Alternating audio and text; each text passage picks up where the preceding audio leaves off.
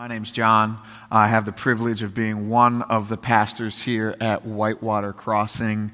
I also have the privilege of speaking on the last Sunday prior to our lives being overrun by Brood X. Are you ready? I mean, because the scientists believe that this coming week, this is the week that billions, with a B, billions of cicadas are going to emerge from the ground in the greater Cincinnati and tri-state area. I wasn't around for this last year. I was touring the country, not anywhere in this area back in 2004 time. Like, I'm terrified. We will emerge from this stronger than ever before. No, like joking, of course, but these cicadas, listen, they're not harmful. I've been doing my research, trying to study up, prepare, govern myself accordingly. We don't have anything to fear. They're going to be more of an annoyance than anything. But just for a second, can we lament together? That's a fancy way of saying complain. So can we just for a moment, like the last 12 months, come on, man. Like, you got COVID, racial unrest, and riots, and election drama, and cicadas. Like, how long, oh Lord? Like, it's been nice seeing you guys. We've had a good run together. All right, I'm going underground for like the next 6 to 8 weeks once the plagues have passed over. I don't know. All right, I got it out of my system. I'm fine. We'll be fine. Look, listen. I understand that we don't live in third world poverty. I know that. I know that, these are real stats. If you have, like a house and a pillow and clothes on your back and food in your fridge and clean drinking water, you're wealthier and richer and more provided for than 75% of the world's population. True fact. But really, cicadas?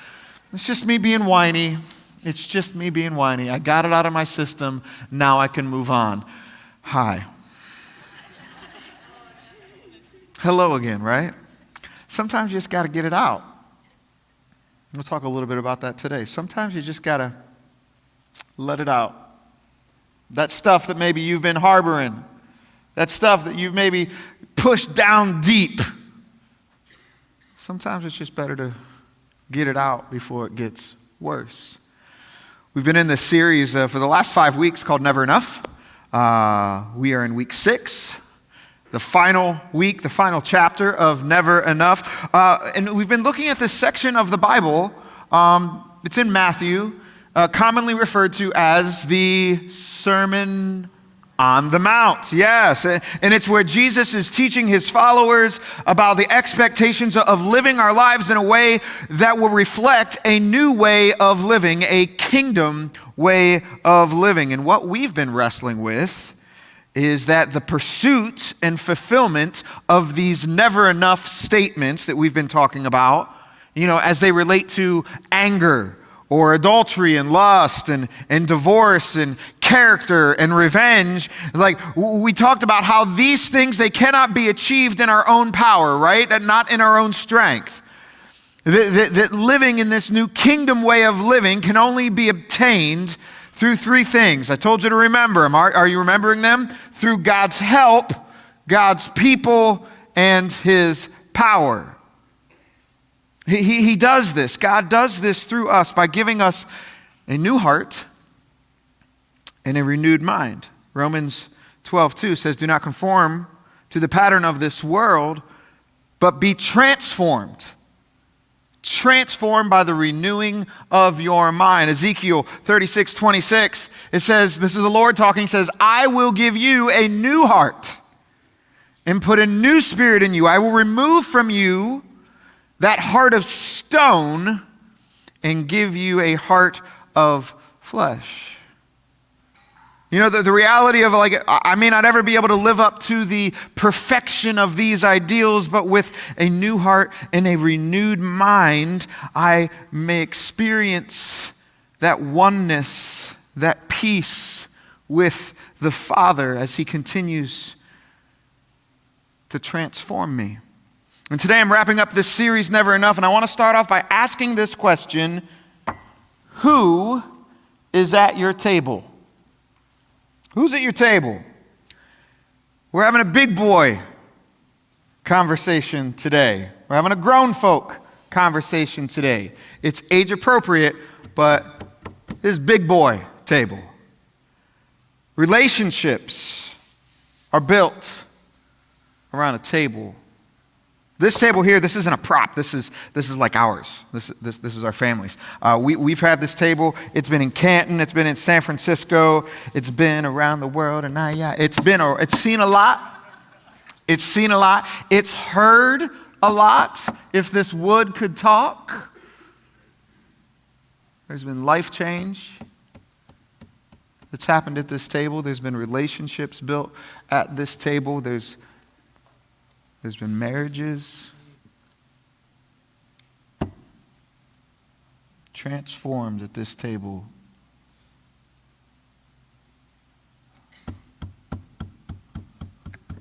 Relationships.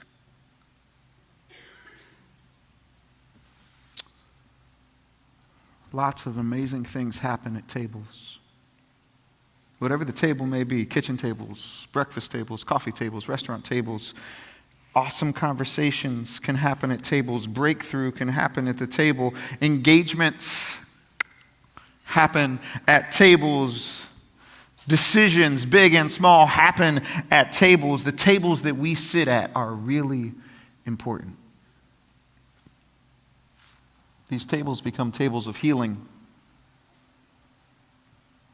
tables of peace, tables of reconciliation, tables of forgiveness. Who's at your table? Somebody's calling. They're trying to get to your table. I'll tell you every week. I'll call it out. ADD. It's like I can't move on with it. So, who's at your table? See, here's the deal. Who we invite to our table reflects how seriously we take Jesus' commands.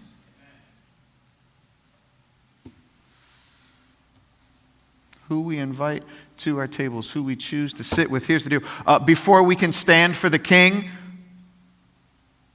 we must first sit at the table with the condemned. Jesus' words in Matthew 5, this is him talking.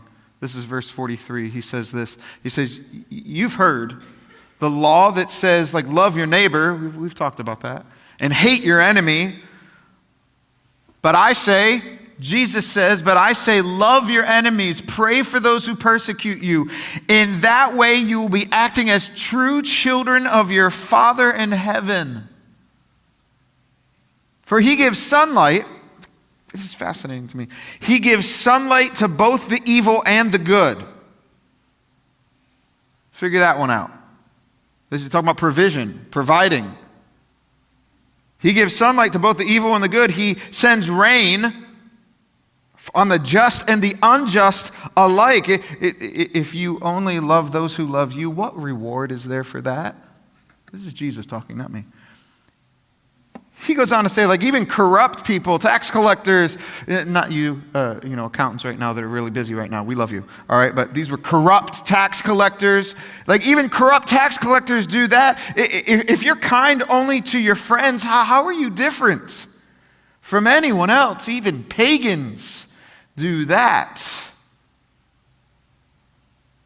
Then he says, but you are to be perfect, even as your Father in heaven is perfect. Family, these are strong words from Jesus. These are strong words, like love your enemies, not just your neighbors. Loving your neighbors is hard enough sometimes, right? Some of y'all got bad neighbors. Y'all struggling. It's okay. I pray for you. We'll have a prayer circle later. if you want to love your enemies, we've got to first be willing to invite them to the table of reconciliation. And if that wasn't hard enough, Jesus, he ends in that verse 48. He says, like, you are to be perfect. And I want to hit that right up front. I want to hit the obvious so that I don't lose you later. Listen, Jesus is not exchanging one set of rules to live by with another expectation of perfection. That's not what he's doing here, all right? You have to note that in verse 48, Jesus' words, you are to be perfect. If you go back and you look at that original language, both in Hebrew, both in Greek, it's a future tense imperative. It's you shall become. It is a transforming. It is a this is going to happen in you. As disciples, we are to pursue the Father's perfection and how he loves as the goal for our lives. As Christ is the author and perfecter of our faith, Jesus is calling us to love others the same way that the Father loves. This is nothing new. This is nothing new. It always comes down to love. Not law. But that's hard to get sometimes, right?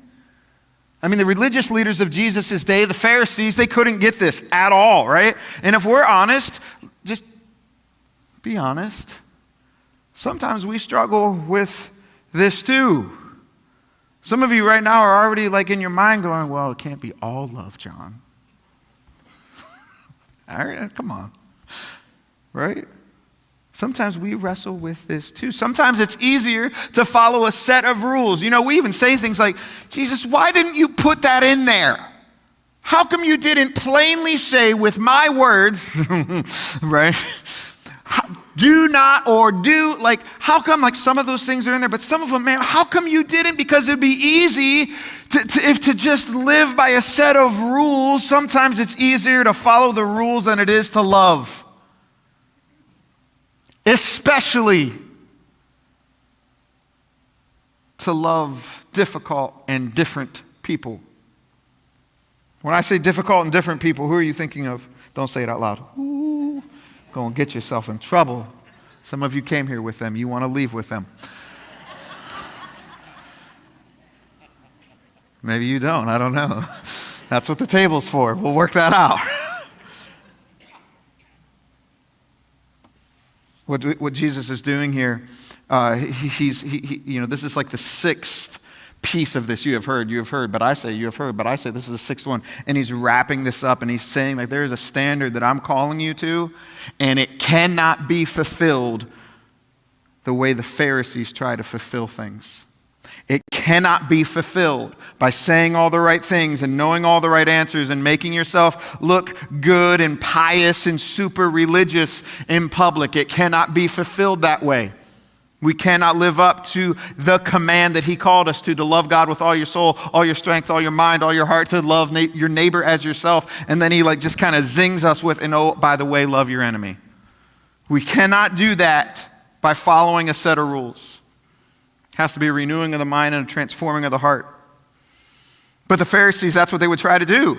That's what the religious leaders, the religious like know-it-alls of the day that held themselves up high, that's what they tried to do. They would hide their true self. They would hide behind this legalistic set of rules and religion. And Jesus despised it. He despised it. Go throughout the New Testament. I've done this. It's so fun. I wish we knew what raka meant.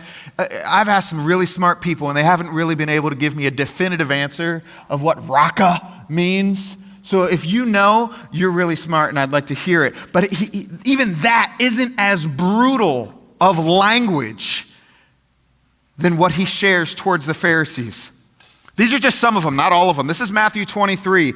Watch this. Verse 5, he says, this is Jesus talking to the Pharisees. Everything they do is for show. He says, you hypocrites, you're careful to tithe. Oh, we're getting even the tiniest income from your herb gardens, but you ignore the most important aspects of the law like justice and mercy and faith. You should tithe, yes, but do not neglect the more important things, you blind guides. Oh my gosh, Jesus. He goes on, he says, you're so careful to clean the outside, but inside you are filthy, full of greed and self-indulgence. Verse 23, he says, you snakes, you brood of vipers, how will you escape being condemned to hell? Whoo, Jesus. Whoo, that's big boy Jesus. That's not little shepherd Jesus, like gentle. That's big boy, strong words Jesus, right? Oh my goodness. See, Jesus, he knew they were shutting people out from gaining access to him and heaven. They were not a strong, good example or witness, and he despised them. All religion, no relationship. All law, no love. Said all the right things, looked the part when they were in public, but inside they were filthy.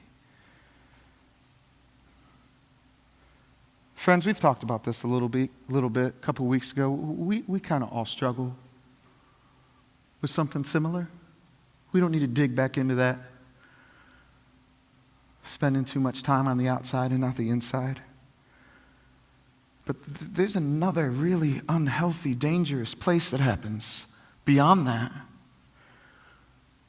We can actually start like leaning more into the Pharisaical mindset and never meaning to. Like we can start checking things off a list, thinking that we're doing all the right things and that makes us good, right?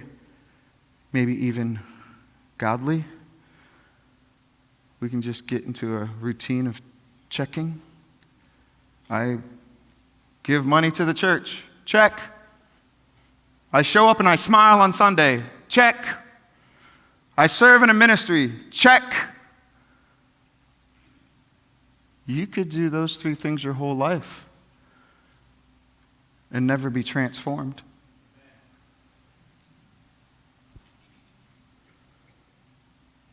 You could do those three things and never have a renewing of the mind and a transformed heart. You could spend countless years of energy making everything on the outside and checking off the boxes, but in the inside,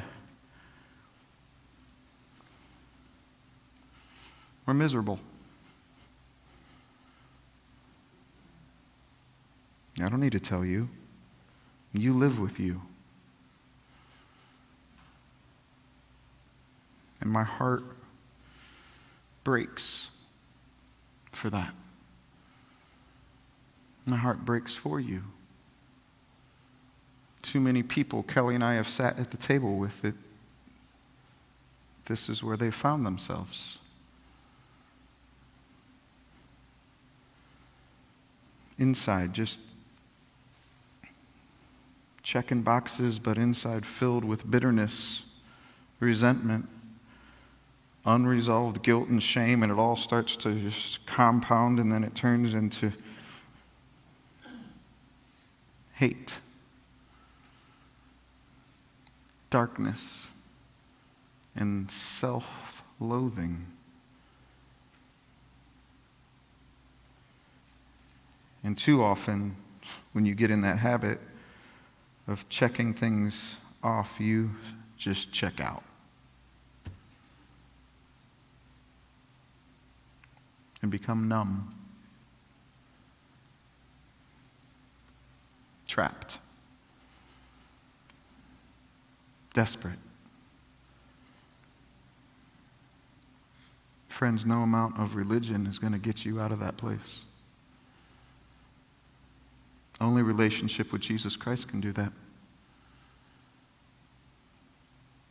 It's love. The love of a friend.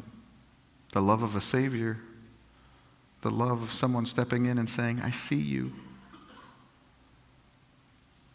See, friends, we've got to get to the point where we're willing to let others see and love the real you so that you can begin to love the real you.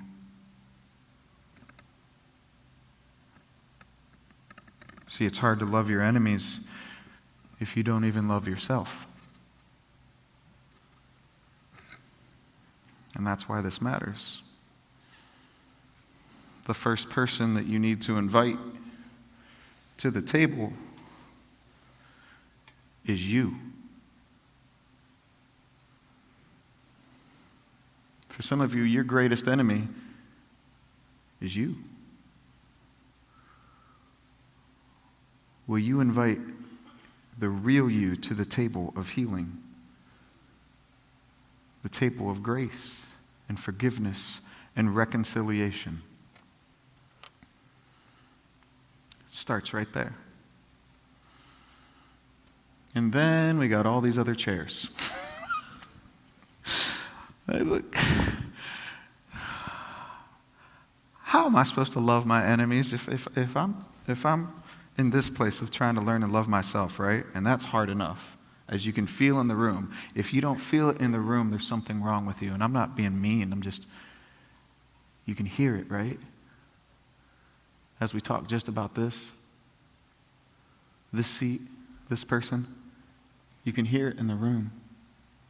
The groaning of the Spirit, the weeping, the sniffles. This is real stuff. So how do I go from here? And then Jesus says, I want you to invite all your enemies, and I want you to love them. I want you to love your enemies, he says. Jesus, you can't mean that, right? Like, you can't really mean that. That's got to be like a parable, right? Like, it's like, what are you trying to say? Is this like a mustard seed moment, Jesus? You don't mean like enemies, right? What are you saying? How could you ask me? Like, you know how much those people annoy me. You know how much those people offend me. Jesus, that wouldn't be me living my best life, Jesus. And I know that's in here somewhere. Live your best life. You didn't say that. Like, this has got to be only for the superhero Christians, right? You say, that's right, I said it. But let's go the next step deeper. Besides, it feels good to hate your enemy. Oh, yeah. If I'm willing to be honest on this stuff, I'll be honest on the other stuff. It feels good. You won't admit it right now because you're in church. You're like, Pastor, you can't say that. Yes, I can because I'm honest. It feels good when there's somebody that you know they should have it coming to them, and then it happens, and you're like, oh, that feels good. Yeah, get them. Yeah, I mean, I would never say that out loud, right? Right? It feels good. Like Jesus, one of your favorites, King David, he even said it, right? And he was a man after God's own heart. Psalm 139, bring it up. He said, oh God, if only you would destroy the wicked. Oh my goodness. Get out of my life, you murderers. They blaspheme you. Your enemies misuse your name. Oh Lord, shouldn't I hate those who hate you? Shouldn't I despise those who oppose you? Yes, I hate them with total hatred, for your enemies are my enemies. Yes, I hate them. I hate them. Oh, it feels good to hate. I feel it coursing through my veins. Yes, let your hate consume you. Yes, it's good. Good. Let the hate flow through. Ooh, this is the dark side coming out. My goodness, that didn't end well for anybody in that movie. You're like, dang, John, you about to turn green. You're going to break that table. You may not like to admit it,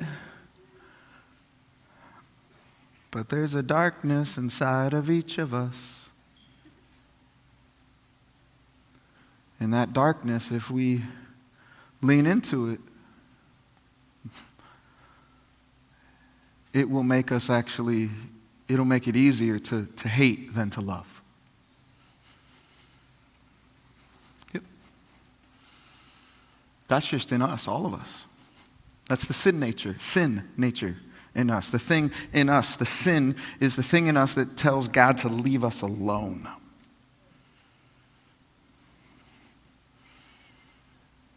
That's in all of us. And then here's where it's really messed up, because then it compounds with this idea of how am I supposed to love my enemies? How am I supposed to invite my enemies to the table when I have been brought up, I have been raised to look at other people and people groups with disgust and disdain, even hate.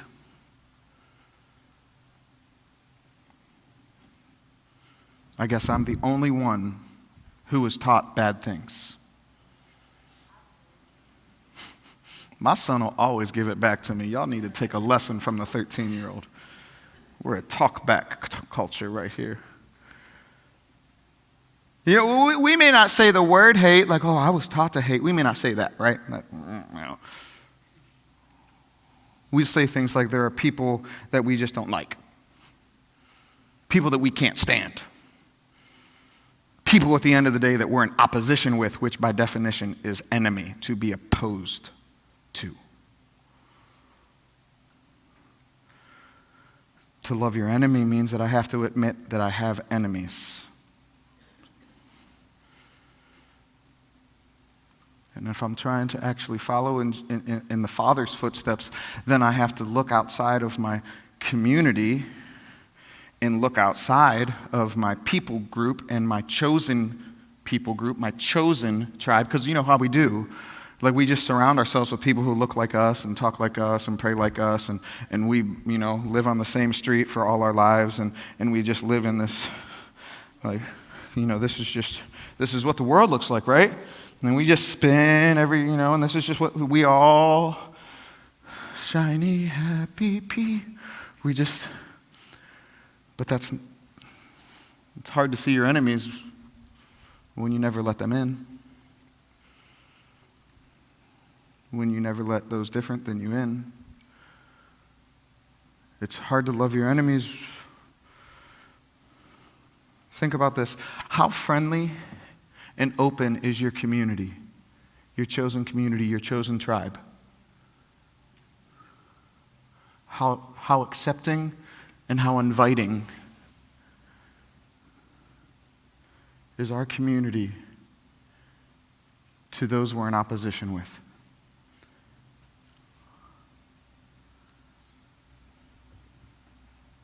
We've all got enemies. It's okay. We can name them. We'll go around the room if you want. Some of them are easy to call out. No, we're going to go around the room. It's fine. All right, we're going to start over here. Becca, is that you? I got the lights in my eyes. Becca, we'll start with Becca. Becca, no, I won't do that. We all got enemies. Some of them are easy to call out, right? Like, oh yeah, that person's an enemy. That's a global enemy. That Hitler, enemy. Even if you didn't think that, don't say it out loud. Ever. Osama bin Laden. Pittsburgh Steelers fans.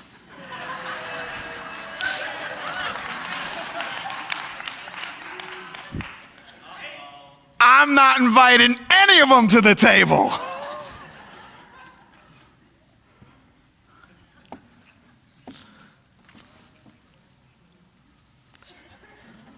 I heard you, Donna. There's always one Steeler fan.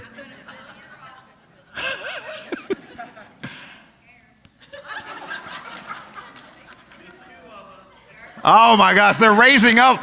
There's a mutiny. Bengal fans, rise up. What about the enemies that we're not quick to call out? What about the enemies that we won't shout out in a public forum? What about those enemies? The ones that we all have but we don't really talk about. The people that we are opposed to but we don't talk about. That we don't really like and we disdain those different people and those different people groups. We've got those, and depending on what part of the world you grew up in, or what part of the country you were raised in, Yeah, I saw them. That's a whole other sermon. This is real. You know I don't pull punches. Yeah, I can't go there because I'm supposed to love my enemies. I stood toe to toe with them. Or how much of the world that maybe you've been exposed to?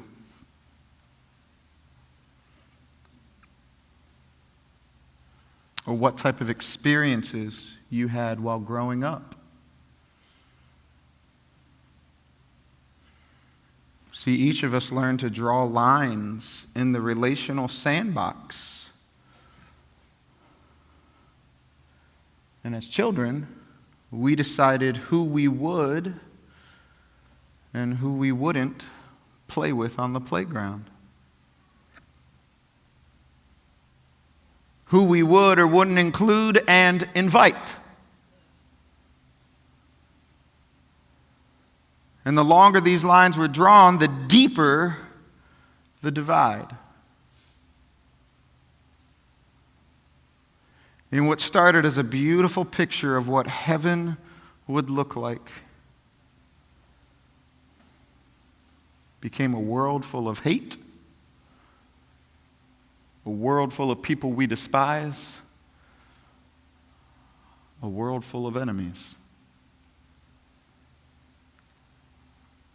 We were born to love, taught to hate, and Jesus is trying to relearn, get us to unlearn, and to learn like the Father again. A lot of these images evoke strong emotions, don't they? Don't say it out loud, but who is your enemy? Who are you opposed to? Maybe some of them were in those images. How could someone ever, like your mind started to go there?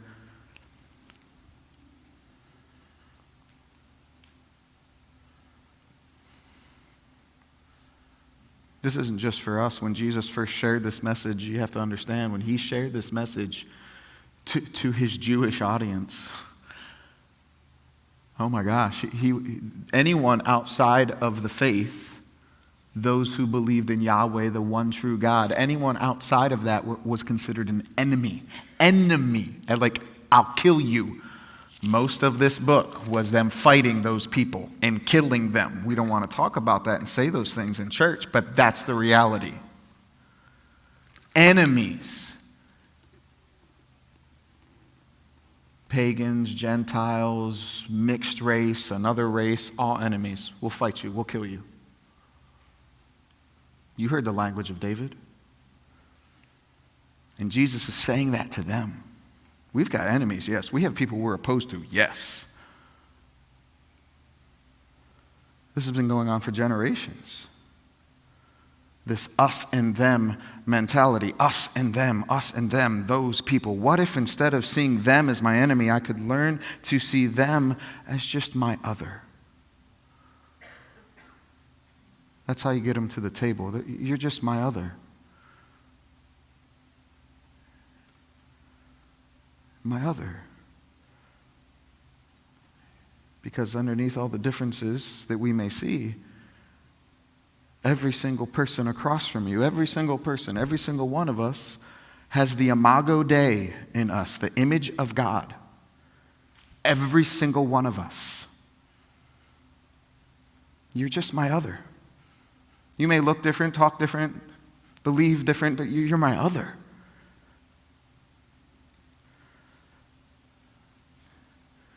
That person that I despise, that I've chosen to stiff arm and stereotype and label, Jesus died for them. That's hard. At least it is for me. I'm willing to be honest. That's hard. Those people that drive me nuts, Jesus died for them. Died for them. For the just and unjust. The blood that fell from the cross covers every single one, regardless of skin tone, religion, wealth, orientation, political interest, or socioeconomic background. His blood covers it all. And he hung on the cross for the just and unjust, enemy and friend, while I was still an enemy. He died for me. Romans 5:10, while we, you thought I was just talking about me, while we were his enemies, while we were enemies of God, we were reconciled to God through the death of his son, Jesus Christ. That's messed up, right? That your enemy was willing to die for you. It's a wonder why he says, if I'm willing to die for you, will you love?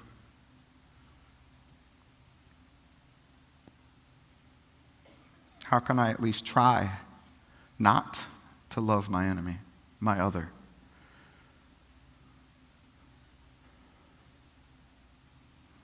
And when we do this, the really beautiful thing, we find it in verse 48.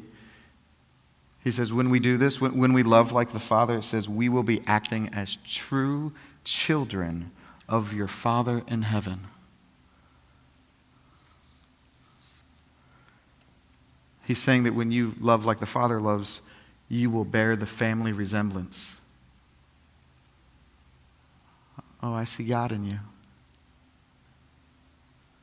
Oh, I see the Father in you. How could you love like that? You must be related to the Father.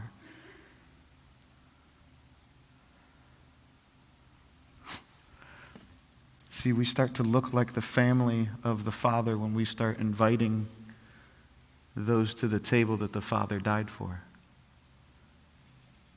So who's at your table? Like really specific, like maybe who's Jesus asking you to invite to your table? Like not metaphorically. Like we're all going to eat. You're going to either buy food or make food, like so. Who could you invite to the table? To start a dialogue?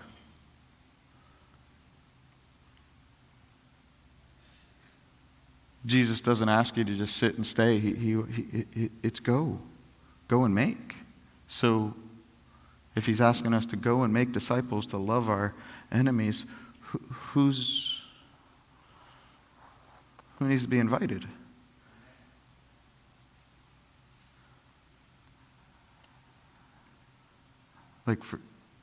We can be funny and say things like, well, if I'm supposed to love my enemies and invite them to the table, I'm going to invite some East Siders.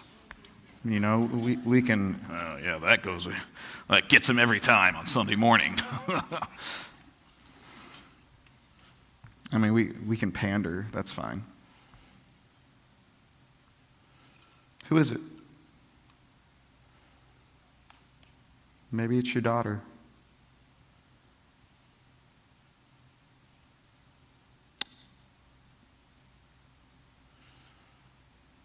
Maybe it's your mom. Maybe it's your mother-in-law.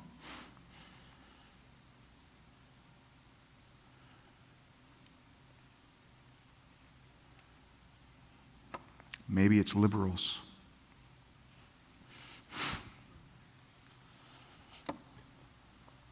Maybe it's conservatives. Jesus died for all of them, loves all of them, and he's asking us to love them, even if we're opposed to them.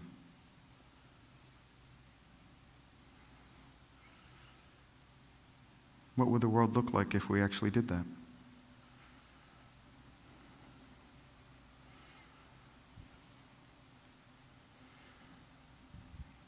You guys have heard Psalm 23 before. I know you have.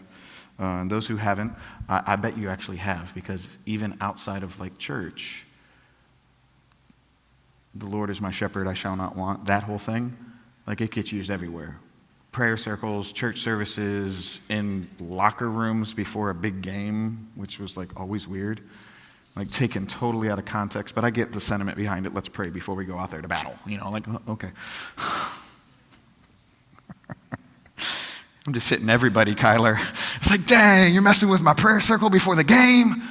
Jeez, John.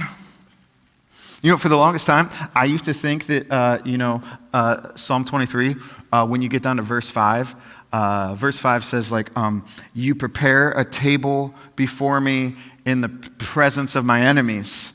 You anoint my head with oil, my cup runs over. Right? You prepare a table before me in the presence of my enemies. And for the longest time, I looked at this verse like God is going to protect me, and he's going to get my enemies, and he's going to put a feast, in front of me, and I'm going to sit here, and he's going to put all my enemies around me, and God's going to make them serve me. And they're going to sit there with envy, and I'm going to sit here, and he's going to anoint my head. There's going to be a covering and a protection, and he's going to love me, and they're going to sit there and have to watch me as my life is overflowed in abundance, right?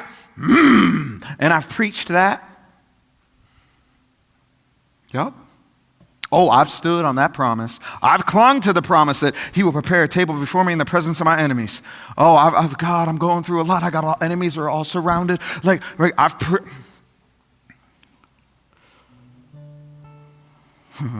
What happens when you combine this Old Testament promise with the New Testament command of Jesus' love? What happens when you combine these two? Because you can never separate Act 1 from Act 2. It's one. What happens when you combine this, when he says, what if under a New Testament relationship with Jesus, this psalm suddenly takes on a whole different life form? That what if God prepares a table in the presence of my enemies, not so that I can boast or not so that I can, make them envious, but he's prepared a table of abundance before me so that I can share that abundance with them. Even if they're my enemies. What if my job is to serve those at the table that he prepares before me? To love those at the table that he prepares for me, even if they're my enemies. I love how Eugene Peterson shares Romans 12:20. He says, if you see your enemy hungry, go buy that person lunch. Or if your enemy's thirsty, get them a drink. Your generosity will surprise them with goodness. Do not let evil get the best of you. Get the best of evil by doing good.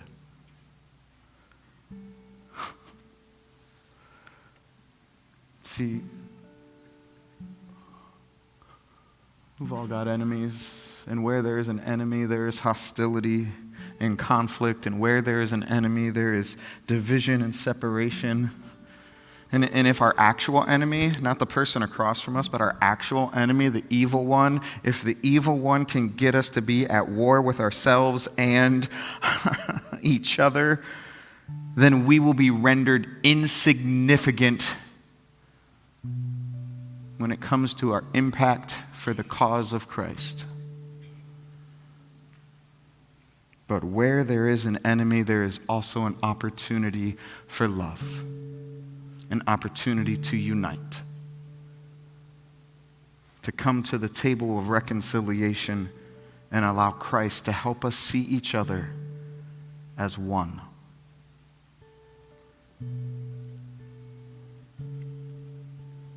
We may not be able to see it right now. But friends, the pain that every single one of us feels and that so many of our family members are feeling right now, they need us to come to the table so that there can be healing.